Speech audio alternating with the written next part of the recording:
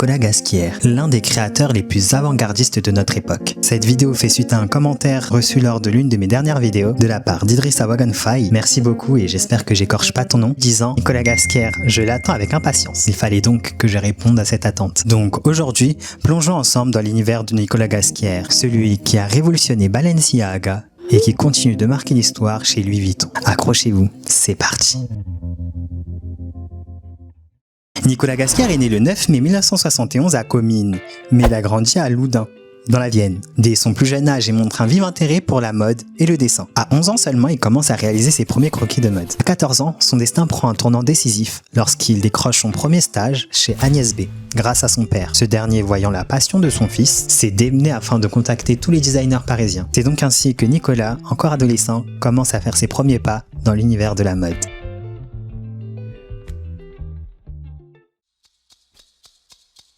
Quelque temps après, il rencontre Corinne Copson, une des figures influentes de la mode française, qui décide de le prendre sous son aile. Elle décide alors de l'héberger dans une petite chambre de bonne sur Paris, un acte de générosité qui permet à Ghasquière d'apprendre énormément auprès d'elle. C'est grâce à elle qu'il perfectionne ses compétences et découvre les rouages du monde de la création. Nicolas n'a pas suivi de formation en école de mode. Il est donc totalement autodidacte et a développé son savoir-faire au fur et à mesure des expériences. Toutefois, l'esprit indépendant, Nicolas ne tarde pas à se manifester. Très jeune, il annonce donc à ses parents qu'il souhaite poursuivre sa carrière dans le domaine de la mode et de suspendre ses études. Bouleversés, ses parents expriment leurs doutes, mais Nicolas leur fait une promesse. Il réussira à décrocher un job chez Jean-Paul Gaultier. Motivé, il compile donc des classeurs entiers de croquis et de recherches sur des marques dont celle de Gaultier, montrant sa détermination et sa passion. En 90, âgé de seulement 19 ans, il tient sa promesse et obtient donc un poste d'assistant styliste chez Jean-Paul Gaultier. Ce poste marque un tournant décisif dans sa carrière, où il apprend l'importance des détails et du respect des matières. C'est d'ailleurs cette rigueur et ce sens aigu de la création qui deviendront la marque de fabrique de Ghasquière dans les années à venir. En 1995, Nicolas Ghasquière rejoint Balenciaga en tant que licence designer, un poste un peu moins prestigieux que le poste de directeur artistique. Son rôle était de développer des collections pour la marque dans des marchés spécifiques, notamment l'Asie et l'Amérique du Sud. À cette époque, il s'occupe donc pas encore des collections principales de la maison, mais son travail consiste à adapter les créations de Balenciaga pour les marchés émergents, tout en bien sûr restant fidèle à l'ADN de la marque. Je vous replonge juste un peu dans le contexte. Balenciaga à cette époque n'était pas du tout la marque que vous connaissez aujourd'hui, ni la maison de couture iconique qu'elle était sous la direction de Cristobal Balenciaga, car fermée en 1968 par Cristobal lui-même, qui estimait que la mode devenait trop commerciale. Balenciaga était alors principalement une marque sous licence, vendant quelques parfums et quelques accessoires. Ghasquière décrit lui-même cette période comme celle où la maison était une véritable belle au bois dormant. Cependant, la maison possède un immense héritage, avec des archives précieuses laissées par le maître couturier considéré comme l'un des plus grands designers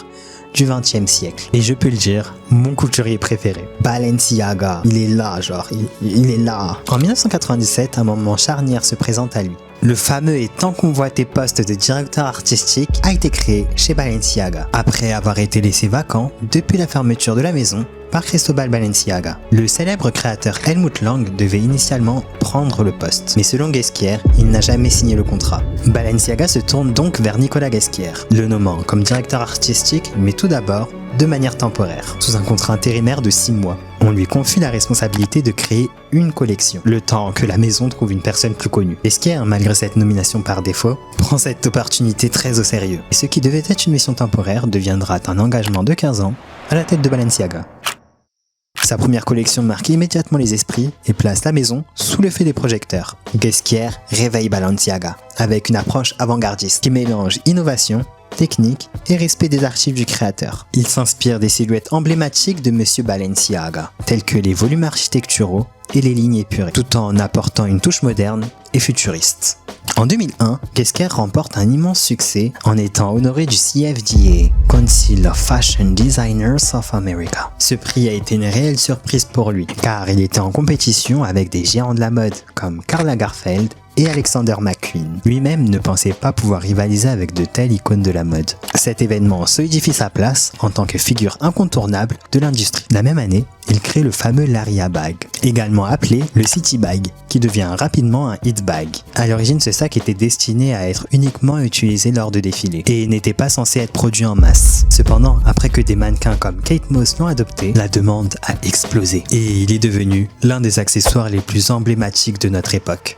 Ce sac contribua à définir l'esthétique de Balenciaga sous Guesquière, où le luxe se marie avec l'attitude rebelle et décontractée. Guesquière a su s'entourer de personnalités influentes dans le domaine de la mode. Des figures emblématiques comme Anna Wintour et Wellington ont été un soutien majeur lui permettant de renforcer son influence à l'échelle mondiale. En 2013, Nicolas Guesquière succède à Marc Jacobs en tant que directeur artistique du prêt-à-porter féminin chez Louis Vuitton, prenant ainsi la relève d'un designer qui avait transformé la maison en une référence mondiale de la mode. Contrairement à Jacobs qui supervisait la mode masculine et féminine chez Vuitton, Guesquière se concentre uniquement sur la mode féminine. Sous sa direction, Louis Vuitton connut une évolution spectaculaire, avec une augmentation du chiffre d'affaires x3. Ce succès est en partie dû aux collections du prêt-à-porter, du luxe et des accessoires. Des modèles comme le twist bag et la petite malle sont devenus des pièces iconiques, renouvelées chaque saison et qui se vendent toujours très bien. En 2014, Guesquière remporte le British Fashion Council Award, une reconnaissance de son impact sur l'industrie de la mode. I want to thank, of course, the British Fashion Council for this award and also for celebrating our industry. It's a wonderful evening. Of course, I would like to thank Bernard Arnault, Delphine Arnault and Michael Burke, who entrusted me with the keys of the extraordinary house of Louis Vuitton. I'm very proud to share this award with you tonight. Voilà. Thank you very much. Thank you. Son approche se distingue également par l'utilisation de lieux iconiques pour ses défilés croisières, renforçant l'idée du voyage dans ses collections. En 2016, le défilé Cruise se déroule à la maison de Bob et Dolores Hope à Palm Springs, en Californie. Cette résidence conçue par l'architecte John Lautner, avec ses immenses structures en béton et ses vues panoramiques sur le désert californien, ce cadre entre nature brute et architecture moderniste a renforcé l'atmosphère avant-gardiste de la collection. En 2017, Guesquière organise le défilé au musée d'art contemporain de Niterói, au Brésil, conçu par l'architecte brésilien Oscar Niemeyer. Ce musée, avec sa forme futuriste rappelant une soucoupe volante surplombant la baie de Rio de Janeiro, crée un contraste saisissant entre l'art contemporain et la nature tropicale, offrant un cadre idéal pour ce défilé. En 2018, c'est le musée Miho au Japon qui accueille le défilé de Louis Vuitton, conçu par l'architecte L.M. Pei. Ce musée est niché dans les montagnes près de Kyoto et est célèbre pour son intégration harmonieuse avec la nature environnante. Le pont menant à l'entrée du musée, suspendu au-dessus d'une vallée, a offert un cadre spectaculaire pour la présentation de la collection. En 2020, Guesquière choisit l'aéroport JFK à New York et plus précisément le TWA Fly Center pour son défilé. Ce bâtiment emblématique conçu par Eero Saarinen est un chef-d'œuvre d'architecture moderne. Avec ses courbes fluides et ses lignes rappelant l'âge d'or du voyage aérien, celui évoque un futurisme rétro qui colle parfaitement à l'esthétique de Guesquière. En 2022, le défilé croisière de Louis Vuitton se tient à l'Axe Majeur à Cergy-Pontoise, l'œuvre monumentale de l'artiste Danny Caravan. Avec ses 12 stations symboliques alignées sur un axe de plusieurs kilomètres, ce lieu sculptural offre un cadre monumental jouant sur la lumière et la perspective.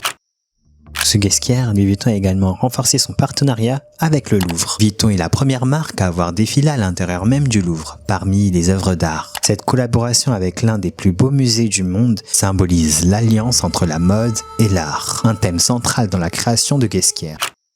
En plus de ses choix de lieux spectaculaires, Guesquière fait rentrer Louis Vuitton dans le monde du virtuel. En 2016, le personnage de Lightning du jeu Final Fantasy devient l'ambassadrice virtuelle de la marque, une première dans l'industrie de la mode. En 2019, Louis Vuitton s'associe également au jeu League of Legends pour créer des skins uniques, dont celui de Senna que j'ai moi-même en version prestige.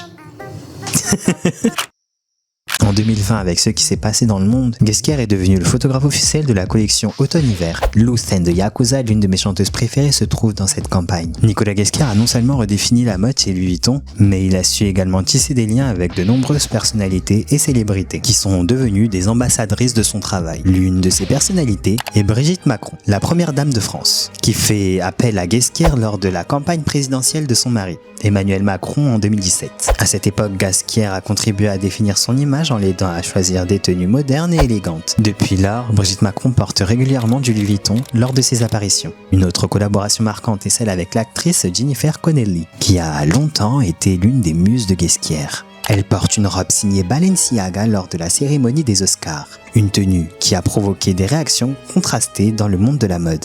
Certains critiques l'ont salué pour son audace et sa modernité, tandis que d'autres l'ont jugé trop expérimental pour un événement aussi traditionnel que les Oscars. En parallèle, Ghesquière a aussi collaboré avec des actrices telles que Marina Foïs, qui a souvent été vue avec ses créations lors de diverses apparitions publiques. Aujourd'hui, Nicolas Ghesquière est reconnu comme l'un des designers les plus avant-gardistes de notre époque. Avec des rumeurs sur une possible expansion de son propre label dans le futur, Ghesquière est loin d'avoir dit son dernier mot. Son influence sur la mode moderne combinant technologie, sport et luxe a redéfini ce que peut être une maison de couture dans le monde actuel. Son approche visionnaire et avant-gardiste continue d'inspirer la nouvelle génération de designers.